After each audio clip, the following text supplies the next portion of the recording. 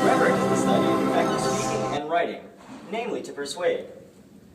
Rhetoric doesn't focus on what is being said, as much as how it's being said.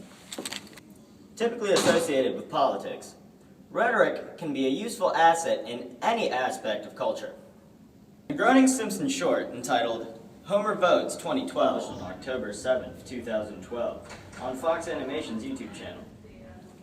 He makes an argument that Mitt Romney is an inferior candidate. Let's see if Groening is successful in his appeal.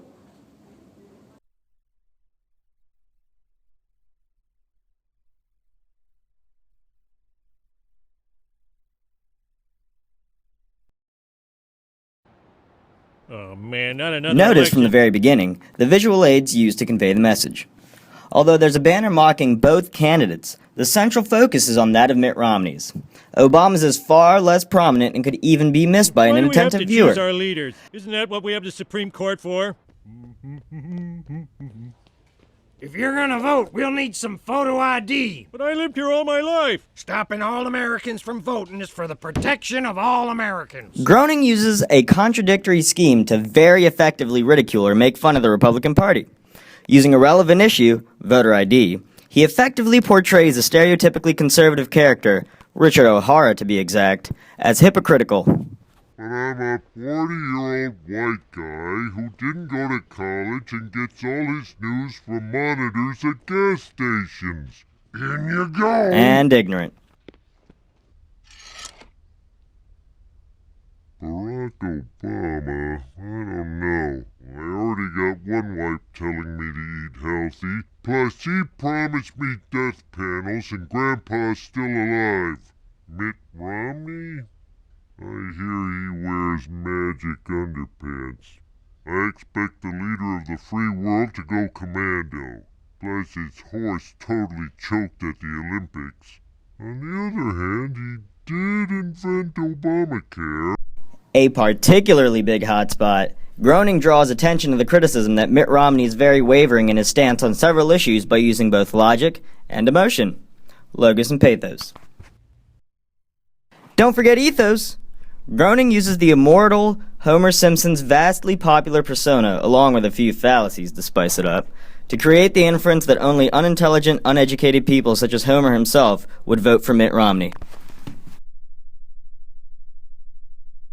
Thank you for voting for Mitt Romney. You may now see his tax returns. Wow, medical deduction for personality implant. He's got 6 wives, all named Ann. The government paid him taxes for 5 years. I've got to tell the press.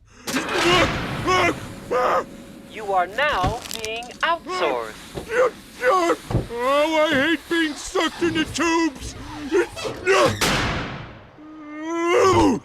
Well, at least I got a steady job. Groening brilliantly ends by aiming at and nailing a very vulnerable spot for Mitt Romney. With job security such a hot topic for this election, and Mitt Romney's mysterious history in regards to it, Groening uses a fallacy of consequence to create the assumption that if president, Mitt Romney will outsource everyone's job to China. Steady job. No! No!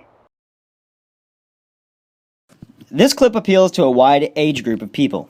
The Simpsons is a show recognized by many adults into their 30s and even 40s, and yet nevertheless is still entertaining for far younger viewers. However, due to its exaggeration of reality to the point of invention, this clip more effectively appeals to those who already support its argument. If viewed by a conservative, this clip would most likely be discounted.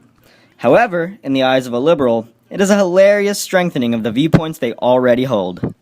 The use of exaggeration and mockery are clearly very powerful rhetorical tools. But, just as a serious and educated voter would not use an animated short as the sole basis of their support for a candidate, most people would not heed or consider credible an argument devoid of logical basis. All in all, in using The Simpsons as a means of argument, Matt Groening surely isn't after mass mind control or persuasion. Or is he?